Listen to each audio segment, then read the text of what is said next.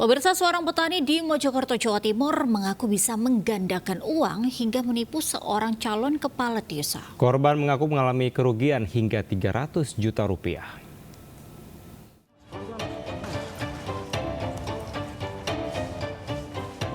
Polisi menggelandang Slamet alias Pentil, 45 tahun, akibat menipu dengan modus dukun pengganda uang di Polres Mojokerto.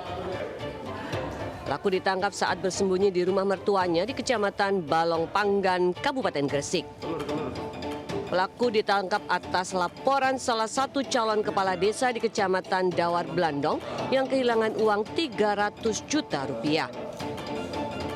Saat beraksi, pelaku mengaku bisa menggandakan uang hingga 60 miliar rupiah setelah melakukan ritual di Panteng Liep, Malang. Motif yang dilakukan oleh tersangka ini, tersangka mengaku bisa mendapatkan uang goib 60 miliar. Kemudian barang bukti yang berhasil kami sita yaitu satu buah kayu dilapisi dengan karpet warna hijau. Pelaku dijerat pasal penipuan dengan ancaman hukuman 4 tahun penjara.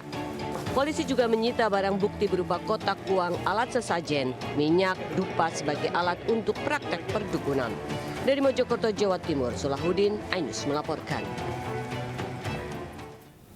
Pemirsa, puluhan remaja lulusan SMK menjadi korban penipuan berkedok Yayasan Pencari Kerja. Ya, korban juga diminta membayar uang 3-8 juta rupiah di Karawang, Jawa Barat.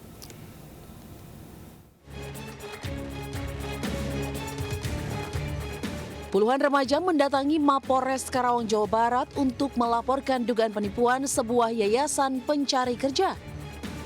Pasalnya mereka tak kunjung mendapatkan pekerjaan meski sudah menyetorkan uang mulai dari 3 juta hingga 8 juta rupiah yang disebut untuk biaya administrasi. Aksi dugaan penipuan itu sudah terjadi sejak 2 tahun lalu. Hingga saat ini sudah ada 29 remaja yang rata-rata lulusan SMK yang diduga menjadi korban dan kemungkinan bisa terus bertambah. Para remaja ini sebelumnya telah menjalani pelatihan dan beberapa tes kesehatan. Namun itu semua diduga hanya kedok. Mereka tak kunjung dapat kerja sementara uang administrasi tak bisa kembali. Berapa lama jadinya dijanjinya dari pertama kamu masuk sampai sekarang udah berapa lama? Udah setahun lebih. Setahun lebih nggak? Belum juga? Belum balik sama sekali uangnya. Belum masuk sekali? Iya. Terus harapannya kamu apa? Saya nagih ke beliau, tapi terus-terus dijanjiin Pak, nyampe sekarang. Janjiin kerja? Enggak dijanjiin. Mau dibayar? Mau dibayar gitu, udah beberapa bulan nggak dibayar. Terus dibayar udah lama, cuma ditransfer 500. Terus nyampe sekarang enggak. Para pelapor berharap polisi segera mengusut kasus ini. Mereka juga meminta Dinas Ketenagakerjaan Kabupaten Karawang meninjau ulang perizinan Yayasan Pencari Kerja tersebut. Dari Karawang, Jawa Barat, Rudi Setiawan, iNews melaporkan. Pemirsa, puluhan ribu kosmetik ilegal yang disimpan di dalam gudang diamankan petugas BB POM Pekanbaru Riau. Hasil pemeriksaan seluruh kosmetik ternyata tidak memiliki izin edar di Indonesia.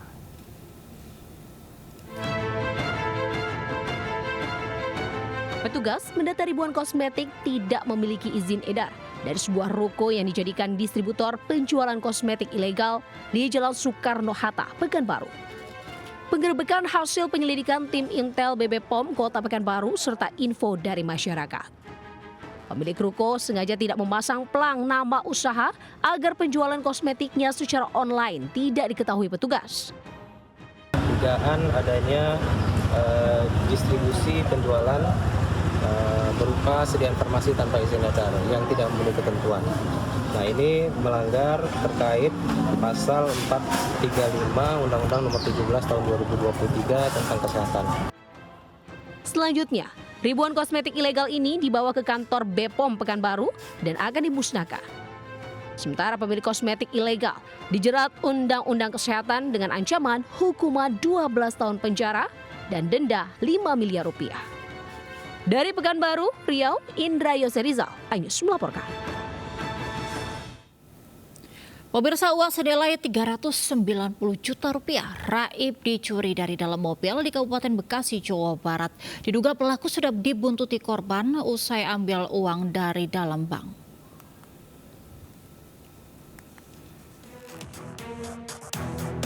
Dua pelaku pencuri uang modus pecah kaca mobil terekam CCTV saat mengintai mangsanya di Jalan Harapan Indah, Desa Pusaka Rakyat, Tarumajaya, Kabupaten Bekasi, Jawa Barat. Pelaku terlihat terus mengamati situasi hingga merasa aman segera melancarkan aksinya. Pelaku pun memecahkan kaca mobil yang terparkir di halaman minimarket berisikan uang tunai 390 juta rupiah dan langsung melarikan diri. Korban baru menyadari kaca mobilnya pecah setelah keluar dari minimarket usai berbelanja. Aksi para pelaku tergolong nekat karena dilakukan siang hari saat ramai aktivitas warga. Yang masuk mas, dia begitu kebingung sehingga pandangan saya mobil itu terhalangi dan saat itulah pelaku beraksi dan terlihat dari CCTV itu pelaku sudah mengamati saya itu kurang lebih setengah jam. Korban segera melaporkan ke polisi dan berharap pelaku bisa segera ditangkap. Dari Kabupaten Bekasi, Jawa Barat, Ahmad Jauhari Lutfi melaporkan. Seorang pria di Bandung Barat tega melecehkan dua penyandang disabilitas hingga hamil di Padalarang, Bandung Barat. Kejinya lagi, salah satu korban merupakan keponakan sendiri yang tinggal satu rumah dengan pelaku.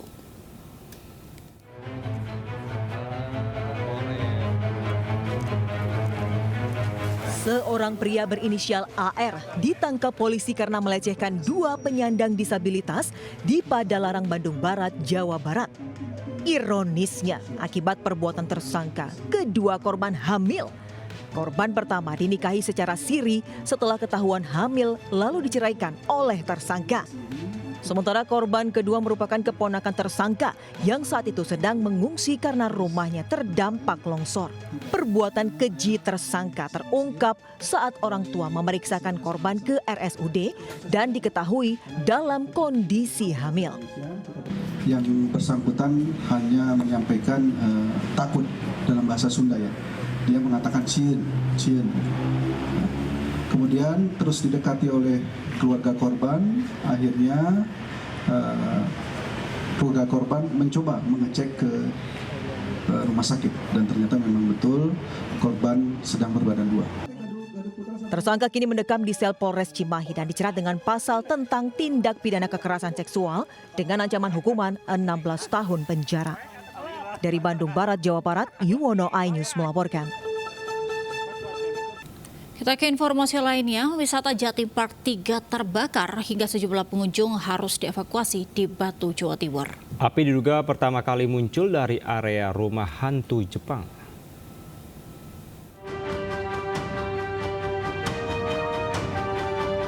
Asap hitam mengepul dari wahana rumah hantu di area belakang Jatim Park 3, Kota Batu. Petugas damkar segera ke lokasi berusaha menjinakkan agar api tidak semakin membesar. Api pertama kali muncul dari area rumah hantu Jepang. Akibat banyaknya ornamen terbuat dari styrofoam membuat api cepat membesar. Tidak ada korban luka maupun jiwa dalam kejadian ini.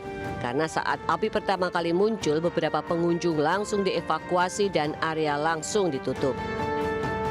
Jadi meskipun ada wisatawan, mereka juga langsung bisa bergerak ya cepat. Kita juga ada evakuasi sedikit, tapi tidak yang krusial seperti itu. Dan loket kita tutup saat terjadi kebakaran untuk menghindari pengunjung masuk ke tempat wisatawan, ke tempat kita. Hingga kini petugas masih mencari penyebab pasti kebakaran, sementara kerugian diperkirakan mencapai ratusan juta rupiah. Dari Batu, Jawa Timur, Denny Irfansyah, iNews melaporkan. Pemirsa, imbas kekeringan di musim kemarau, petani cabai di Kelurahan Made, Surabaya alami gagal panen. Ya, petani pun merugi hingga puluhan juta rupiah.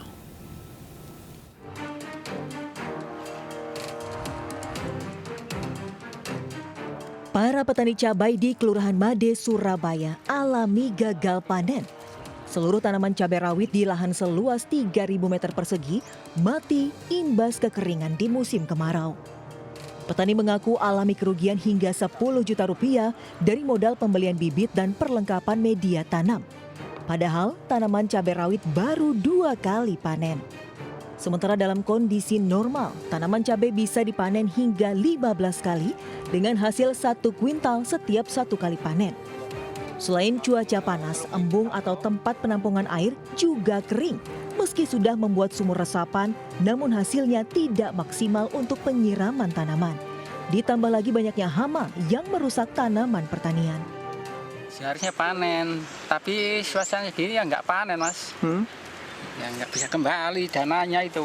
Padahal orang tani itu yang dicari hasilnya ini, Mas. Kalau begini ya nggak bisa kembali.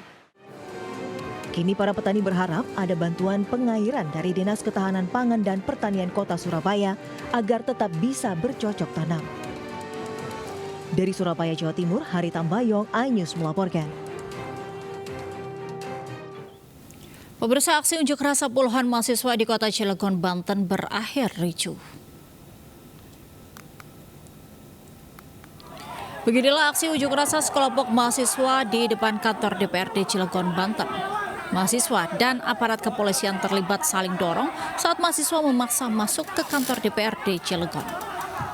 Dalam aksinya, massa menuntut ingin berdialog langsung dengan 40 anggota dewan terpilih, meminta agar para dewan berjanji jadi wakil rakyat yang amanah, namun tidak dikabulkan oleh petugas.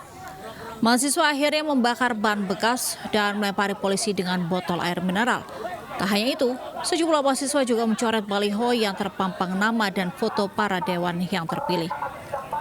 Berdasarkan hasil pemilu 2024 Cilegon, Golkar mendapat raihan kursi terbanyak, yakni 8 kursi, Gerindra 7 kursi, PAN 6 kursi, P3 5 kursi, PKS dan Nasdem masing-masing 4 kursi, Demokrat 3 kursi, serta PDI Perjuangan, PKB, dan Gelora masing-masing meraih 1 kursi.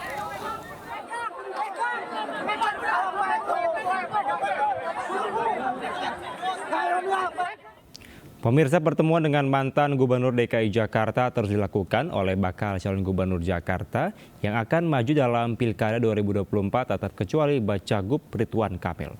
RK menyempatkan diri bertemu dengan mantan Gubernur DKI Jakarta Fauzi Bowo di Setu Babakan, Jakarta Selatan.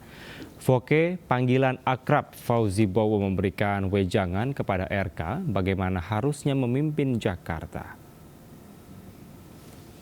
Bakal calon Gubernur Jakarta Ridwan Kamil bertemu dengan mantan Gubernur DKI Jakarta Fauzi Bowo di Setu Babakan pada Rabu pagi. RK diajak Foke, panggilan akrab Fauzi Bowo, untuk lebih dekat melihat budaya Betawi dengan mengunjungi Setu Babakan di Jakarta Selatan. Mantan Gubernur DKI Jakarta periode 2007 hingga 2012 ini memberikan wejangan kepada Ridwan Kamil. Ridwan Kamil mengaku Foke meminta dirinya harus amanah, bisa mencintai warga Jakarta dengan segala problema dan juga kemajemukannya jika RK terpilih jadi Gubernur DKI Jakarta. Foke juga berpesan Gubernur Jakarta yang akan datang harus visioner dalam mengatasi banjir di Jakarta. Hari ini dilaksanakan di Setu Babakan. Ada pusat budaya Betawi, ada ternyata Jakarta punya danau yang indah ya, kuliner Betawi dan lain-lain. Nanti seberesnya tentu menjadi pengetahuan bagaimana konsep dari kita yang namanya Gerbang Betawi, gerakan membangun budaya Betawi, akan diterjemahkan lebih komprehensif, lebih menyeluruh, sehingga boleh Jakarta global kayak Hong Kong, Singapura, tapi kebudayaan sebagai pembeda identitas tetap harus ditonjol. Pemirsa, munculnya nama artis Vicky Su dalam Pilkada 2024 membawa warna baru. Tidak hanya mengandalkan popularitas, Vicky Su yang mencalonkan diri sebagai Wakil Bupati Cilacap yakin bisa mengembangkan ekonomi kreatif.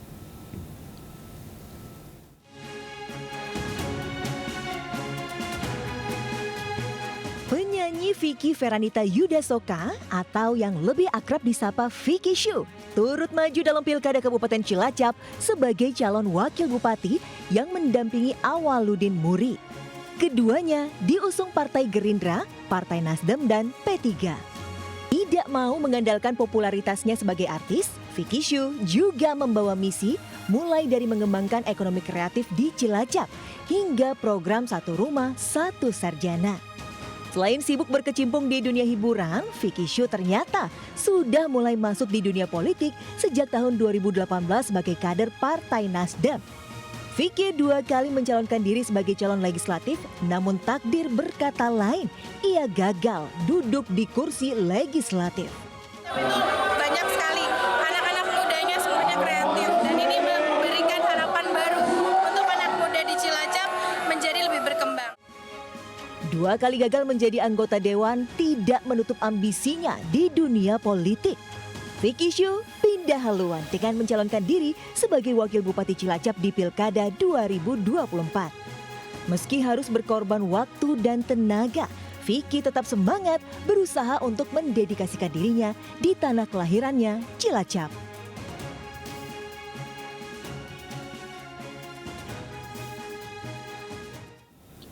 Pemirsa, Partai Perindo ikut mengawal pendaftaran bakal calon kepala daerah saat mendaftar ke KPU setempat. Seperti di Samarinda, Partai Perindo mengawal pendaftaran pasangan petahana Isra Nur Hadi Mulyadi ke KPU Kalimantan Timur. Sedangkan di Manokwari, Partai Perindo juga turut serta dalam pendaftaran pasangan Bacagup dan Bacawagup Domingus Mandacan Muhammad Lakotani ke KPU Papua Barat.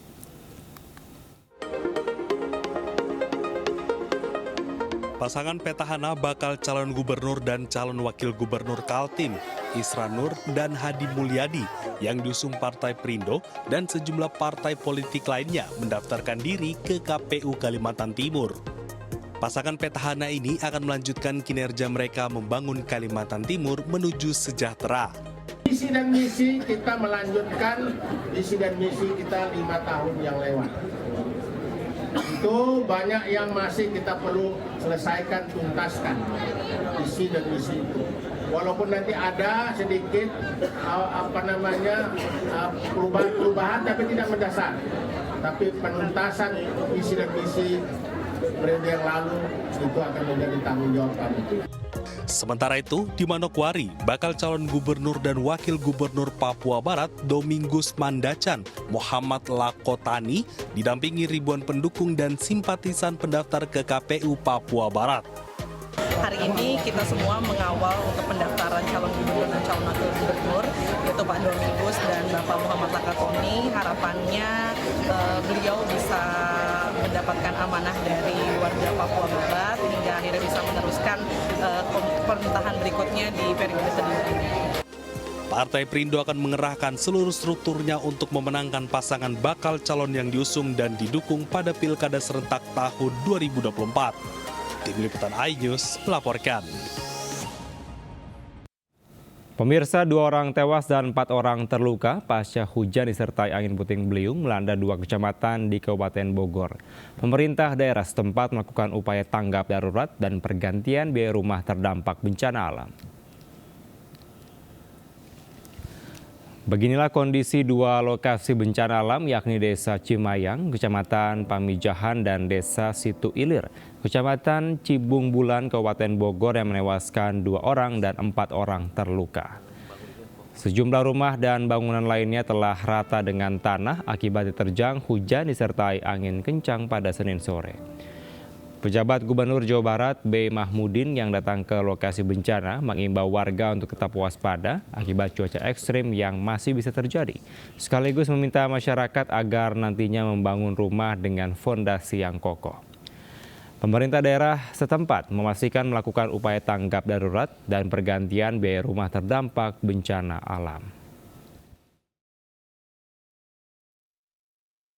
Musim kemarau bukan berarti tidak ada hujan, dan di beberapa wilayah tertentu bahkan bisa terjadi hujan ekstrim, dan itu harus berhati-hati. Jadi masyarakat harus, kalau terjadi hujan ekstrim, harus mencari tempat yang aman, jangan sampai berada di ruang terbuka. Kita beralih ke informasi lainnya. Pemirsa, Paus Fransiskus mengaku senang dapat berkunjung ke Indonesia meski harus menempuh perjalanan panjang. Paus Fransiskus pun memuji semboyan Bhinneka Tunggal Ika yang menyatukan Indonesia dalam keberagaman.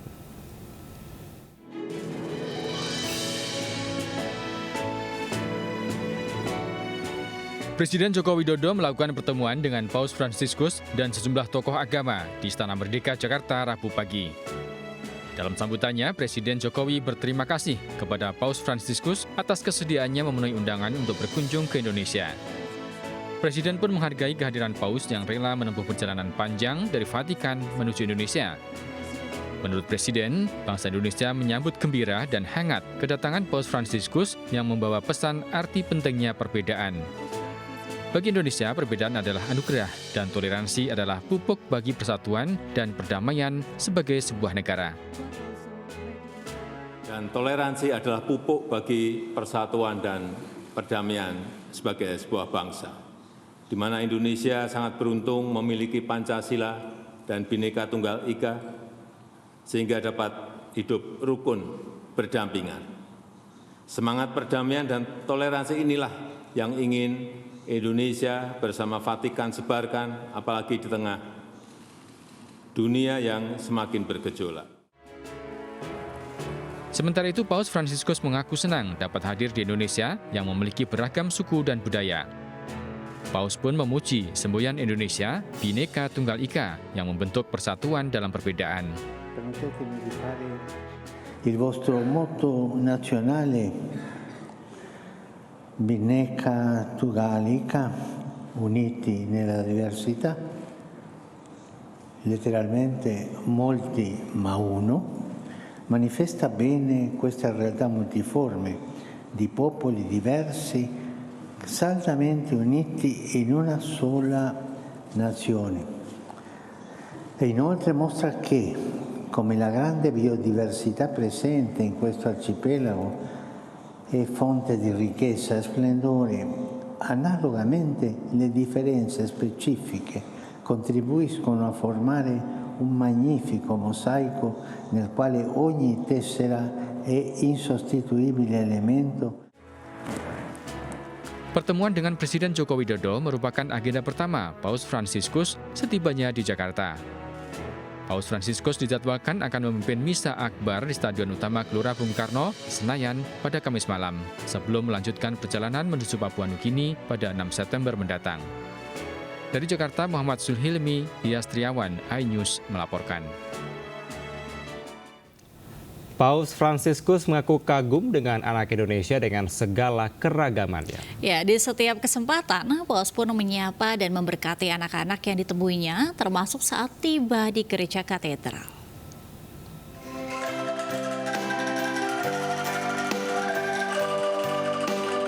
Pemimpin tertinggi Gereja Katolik Paus Fransiskus tiba di gereja katedral Rabu.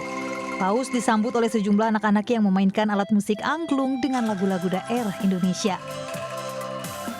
Paus yang saat itu masih duduk di kursi penumpang mobil langsung memanggil beberapa anak yang digendong orang tuanya. Paus pun memberkati anak-anak itu dan berfoto bersama mereka. Selanjutnya, Paus menyapa dan menghampiri anak-anak pemain angklung. Anak-anak pun meneriaki Viva il Papa yang artinya adalah panjang umur bagi Paus. Kedatangan Paus Fransiskus ini dalam rangka melakukan audiensi dengan uskup-uskup, imam, suster, diakon, katekis, animator, dan seminaris. Saat menuju Gedung Geraha Pemuda untuk bertemu dengan ratusan pelajar dari Scholas Occurrentes, Paus pun menjabat orang-orang yang menyambutnya termasuk sejumlah anak-anak yang memegang bendera merah putih dan bendera Vatikan. Scholas Occurrentes merupakan organisasi amal, gerakan pendidikan yang didirikan Paus Fransiskus saat menjabat sebagai Uskup Agung di Buenos Aires, Argentina pada tahun 2013. Kehadiran Paus ini sekaligus meresmikan instalasi seni Hati Polyhedron yang berisi tentang mimpi dan cita-cita pelajar. Dari Jakarta, Tim Liputan melaporkan. Pemirsa, jelang Misa Akbar bersama Paus Fransiskus, Panglima TNI Agus Subianto dan juga Kapolri Listio Sigit memantau area Stadion Utama Gelora Bung Karno. 9.000 personel disiapkan untuk mengamankan jalannya Misa Akbar mulai dari pengamanan hingga rekayasa lalu lintas. Panglima TNI Jenderal TNI Agus Subianto dan Kapolri Jenderal Listio Sigit memantau area Stadion Utama Gelora Bung Karno yang menjadi lokasi Misa Akbar bersama Paus Fransiskus. Posko pengamanan dan pasukan disiapkan sejak Rabu, sedangkan hari ini disiapkan 9.000 personel gabungan TNI Polri untuk pengamanan kawasan DKI Jakarta, terutama area Gelora Bung Karno hingga rekayasa lalu lintas. Perkirakan akan ada 87.000 jemaat misa yang akan hadir di Gelora Bung Karno pada Kamis malam nanti. Para jemaat yang tidak dapat akses masuk ke stadion utama telah disediakan videotron di beberapa titik agar dapat menyaksikan dan mengikuti jalannya misa.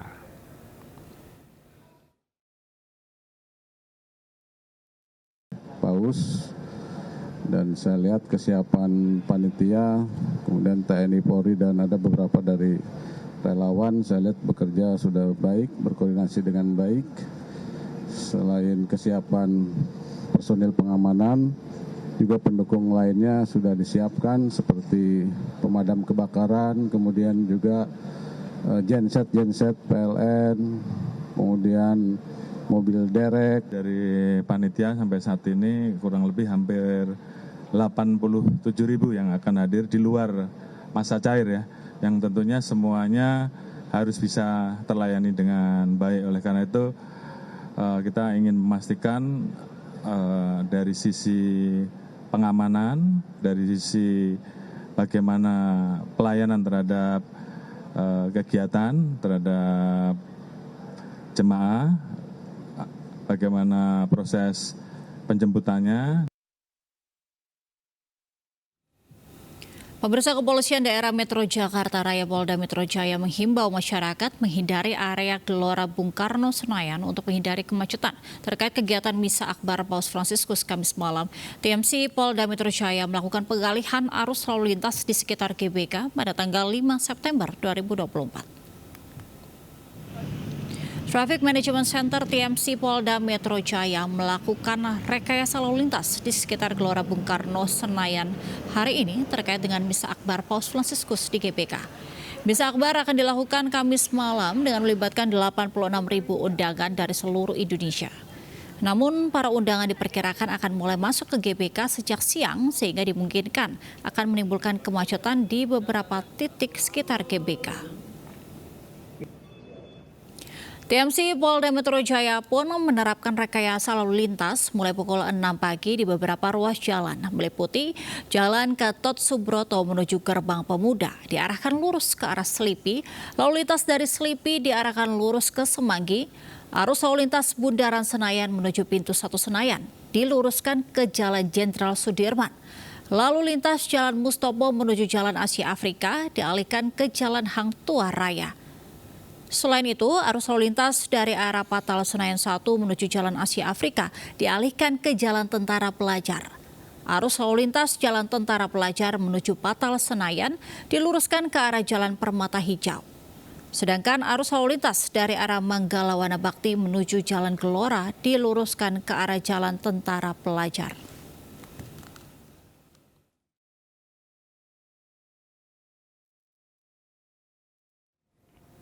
Pemirsa, Misa Akbar yang dipimpin Paus Fransiskus dilaksanakan di dua tempat sekaligus, yakni Stadion Utama Gelora Bung Karno dan juga Stadion Madia pada Kamis ini.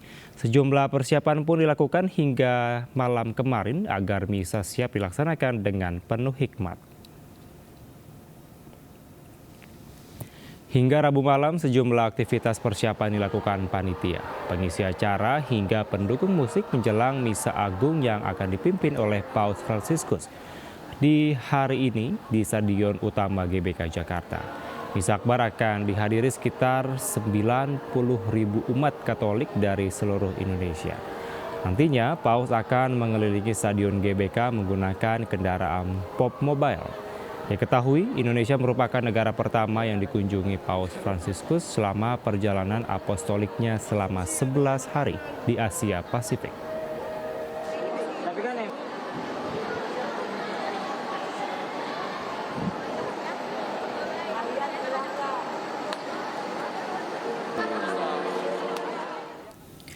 Pemirsa, MNC Media and Entertainment dan Konfederasi Sepak Bola Asia atau AFC resmi memperpanjang kontrak hak siar untuk periode 2025 hingga 2028. Kolaborasi MNC dengan AFC sebagai bentuk komitmen untuk tetap memberikan tayangan sepak bola yang berkualitas bagi masyarakat.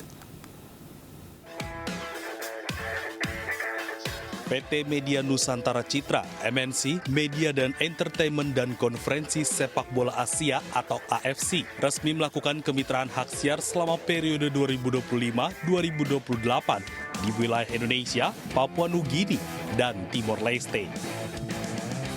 MNC Media dan Entertainment secara resmi akan menyiarkan semua kompetisi timnas Indonesia di ajang AFC, termasuk AFC Asian Qualifiers, Road to 26, AFC Women's Asian Cup Australia 2026, AFC Asia Cup Saudi Arabia 2027, AFC U23, Asian Cup 2026-2028, dan kompetisi bergengsi AFC lainnya di level klub atau liga. MNC Group tentunya akan terus berkomitmen untuk selalu meningkatkan kualitas dari tayangan sepak bola kami, dan kita harapkan tentunya bahwa prestasi daripada sepak bola Indonesia ke depannya akan semakin baik lagi. Target kami adalah secara konsisten menayangkan event-event sepak bola terbaik dan konsisten menayangkan di masa itu sampai dengan sekarang. Semua yang kita buat, semua yang kita selenggarakan tentunya buat kepentingan umum, buat kepentingan masyarakat umum. MNC Group tetap berdedikasi untuk menawarkan konten berkualitas tinggi kepada pemirsa dan penggemar sepak bola pada khususnya melalui platform MNC Media dan Entertainment, sekaligus menciptakan rasa kebersamaan dan antusiasme yang kuat. Dari Jakarta, Abdul Aziz, Dimas Winardi, iNews melaporkan. Pemirsa, di hari kedua penyelenggaraan World Cyber Games 2024 yang digelar di IceBase di Tangerang dipadati pengunjung. Salah satu yang menjadi sasaran pengunjung adalah booth MNC Games and Animation. Beragam aktivitas dan game seru dapat dicoba secara gratis. Antusiasme pengunjung mulai anak-anak, remaja, hingga dewasa di hari kedua gelaran acara World Cyber Games 2024 Festival di IceBase di Tangerang cukup tinggi. Berbagai macam aktivitas dan games gratis yang tersedia di dalam booth MNC Games dan Animation juga diserbu pengunjung. Tak hanya itu, Kiko dan Bima S, dua karakter ikonik yang diproduksi MNC Animation, turut hadir memeriahkan event WCG 2024. Dalam kesempatan ini, Direktur MNC Animasi dan ESI Waren Hariputra Tanu Sudibyo turut menjajal permainan Hammer Time di booth MNC Games and Animation. Cukup menakjubkan ya, untuk hari kedua ternyata crowd-nya sama banyaknya, bahkan lebih banyak dari kemarin. Benar-benar kita cukup bangga sih untuk dapat ikut dalam acara ini. Harapannya tentunya kita mau game-game lokal maupun IP-IP lokal kita selalu maju ya, bisa dibanggakan dan lebih maju dari negara-negara lain. MNC Animation juga memberikan kejutan baru yang akan segera dirilis, yakni 2 serial animasi terbaru. Titus The Detective akan rilis pada September 2024 di RCTI, serta Zana Whisper of the Volcano Isley yang akan tayang di bioskop seluruh Indonesia tahun depan. Tidak hanya itu, dalam waktu dekat MNC Animation juga akan meluncurkan komik dari serial animasi Bima yang hadir pada platform Klik akhir tahun ini. Dari Tangerang, Banten, Hadisti Arifah, Hoirudin, iNews melaporkan. Ya, kita beralih ke informasi kuliner, Kevin dan juga pemirsa. Ini menarik ya, kalau di Jogja ini kita jalan-jalan ke Jogja. Jogja itu kan terkenal banget dengan surga kuliner. Betul. Nah, menariknya nih di Jogja ada makanan khas Padang, yaitu nasi Padang yang cukup unik. Bener banget Angel, di mana nasi Padang ini kan biasanya menggunakan ayam bakar dan juga ayam pop. Nah, ternyata pemirsa di Jogja ini ada nasi Padang dengan daging brisket. Spesialnya daging brisket melalui pengasapan selama 12 jam. Kira-kira seperti apa ya kelezatannya? Penasaran ya? Yuk kita lihat liputannya.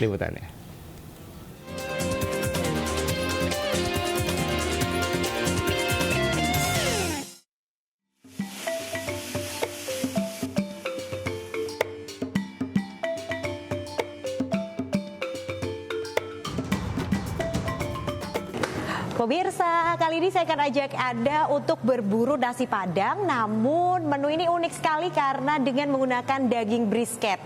Tepatnya ada di wilayah Godean Sleman. Saya akan ajak Anda, yuk ikuti saya. Nasi Padang identik dengan rendang ataupun ayam bakar dibalut bubur rempah yang menggugah selera. Namun di Yogyakarta, nasi Padang tersaji berbeda dengan memadukan daging yang telah melalui proses pengasapan menggunakan kayu rambutan selama 12 jam. Untuk menghasilkan daging brisket beraroma dan cita rasa khas. Kami spesial di sini ada nasi Padang brisket. Nah, itu kita dari smoke brisket yang sudah diproses selama kurang lebih 12 jam. Itu pakai kayu rambutan. Nasi Padang brisket kian lezat disajikan khas dengan daun pepaya yang direbus, sambal cabai hijau, kerupuk, dan diguyur kuah kaya rempah dan menggoyang lidah. Untuk rasanya seperti ada aroma flavor kayu ya, karena memang ini dilakukan pengasapan menggunakan kayu rambutan dan spesialnya dipadukan dengan daun singkong dan juga sambal ijonya. Menyantap nasi Padang brisket sambil menikmati pemandangan hamparan persawahan yang begitu menyejukkan menjadikan santapan ini semakin istimewa. Udah paling komplit, terus harganya lumayan, tempatnya enak, terus dagingnya itu smokesnya enak, nggak berbumbu sekali, tapi bumbunya kan di luar, kondimen-kondimen yang banyak itu ada, sausnya komplit, berbagai macam, mantep lah.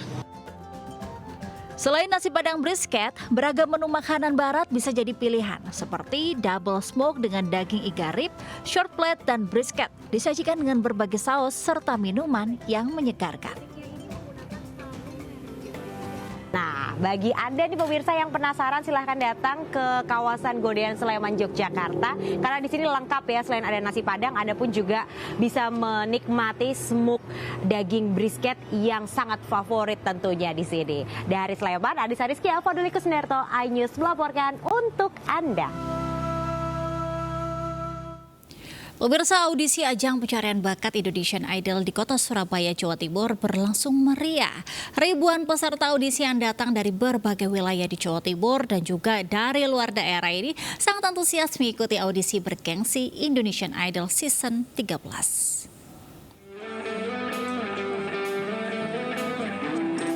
Audisi Indonesian Idol 2024 yang digelar selama 2 hari berlangsung meriah serta dihadiri ribuan anak muda dan berbagai kalangan masyarakat. Digelar di Kampus 3 Universitas Widya Mandala Hall Pakuwon City, Surabaya, Jawa Timur, para peserta audisi menunjukkan talentanya masing-masing di bidang tarik suara. Persiapan audisi yang pasti saya ambil olah vokal, supaya lebih maksimal. Terus habis itu kita juga menyiapkan mental, lagu, kesehatan paling penting. Indonesian Idol ini sangat melihat bakat banget ya. Benar-benar mencari kualitas yang terbaik banget. Pada hari kedua, pelaksanaan audisi di Kota Pahlawan ini sudah lebih dari 1.500 kontestan terdaftar dari berbagai kota di Indonesia yang begitu antusias dengan penyelenggaraan ini.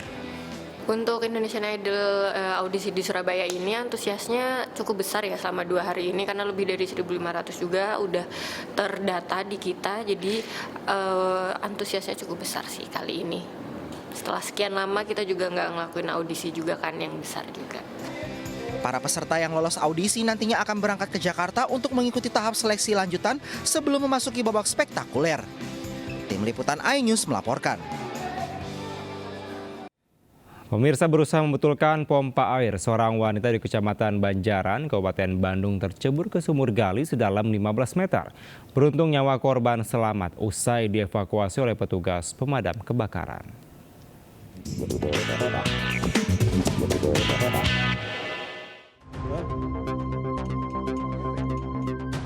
Seorang petugas damkar Kabupaten Bandung, Jawa Barat dengan hati-hati masuk ke dalam sumur untuk mengevakuasi seorang wanita yang tercebur sumur Selasa malam. Yuli, wanita berusia 26 tahun, warga kampung Astaraja, Desa Marga Hurip, Kecamatan Banjaran, Kabupaten Bandung ini tercebur sumur ketika memperbaiki mesin pompa air yang tidak menyala.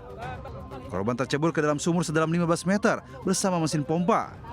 Korban bisa selamat dari maut lantaran memegang erat pipa paralon air dari mesin pompa. Usai bertahan selama hampir 1 jam, korban akhirnya mendapat pertolongan dari petugas pemadam kebakaran dan penyelamatan.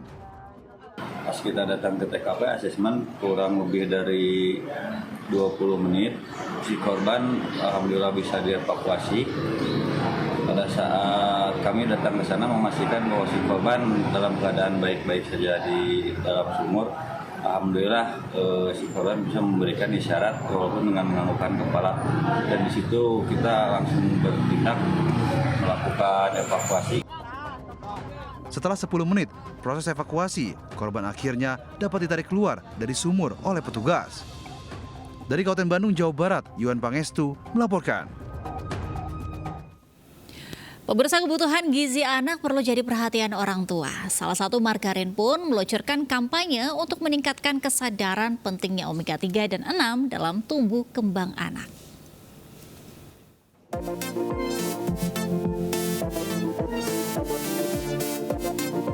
Mewujudkan kesadaran tentang pentingnya omega 3 dan 6, Afelt Indonesia memulai gebiar kampanye #tambahkan Blue Band. Sebuah inisiatif nasional berlangsung sepanjang tahun. Kampanye bertujuan untuk menggiatkan upaya dalam mempromosikan kesadaran tentang omega 3 dan 6 dalam menu makanan anak dengan menjangkau hampir 100 juta ibu di seluruh Indonesia. Praktik sederhana diberikan dalam kampanye tersebut dengan menambahkan 1 sendok makan Blue Band margarin krim pada menu sarapan, makan siang, dan makan malam. Berdasarkan studi baru kerjasama antara Blue Band dengan IPB University mengukur 250 siswa dengan usia 9 hingga 12 tahun bahwa 74,4% anak memiliki asupan omega 3 yang tidak memadai dan 55,4% memiliki asupan omega 6 tidak memadai. Jadi kita mau menginspirasi ibu-ibu di Indonesia bagaimana caranya untuk membuat makanan tambah enak, tambah bernutrisi, dan tambah hebat. Caranya praktis, caranya mudah dengan tambahkan 1 sendok Blue Band ke dalam setiap masakan. Semua konsumen kita sudah tahu bahwa aroma kita aroma yang tidak tergantikan gitu ya. Jadi bukan hanya bertambah nutrisi tapi juga membuat masakan bertambah enak. Blue Band berharap kampanye tersebut dapat mengurangi jumlah anak yang kekurangan asupan omega 3 dan 6, sehingga dapat memberikan kontribusi masa depan yang lebih sehat bagi anak-anak Indonesia. Di Jakarta, Rian Rahman, Yudi Richard, iNews melaporkan.